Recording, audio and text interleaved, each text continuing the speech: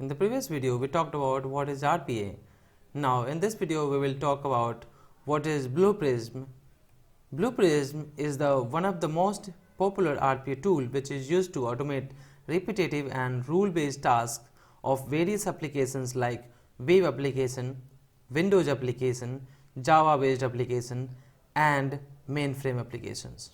It has drag and drop functionalities of stages, and using these stages in Blue Prism, we can create a process.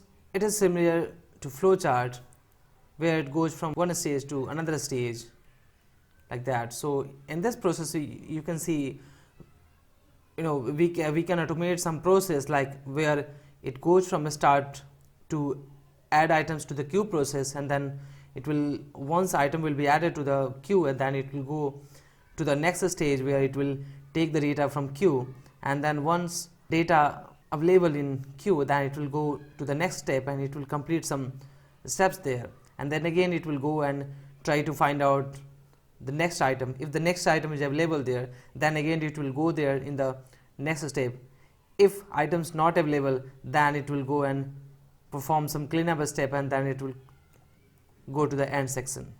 So by this way we can create process in Blue Prism. Blue Prism software comes with the three main components that we have. First, Studio. This is basically Process Studio and Object Studio, where we can create a process.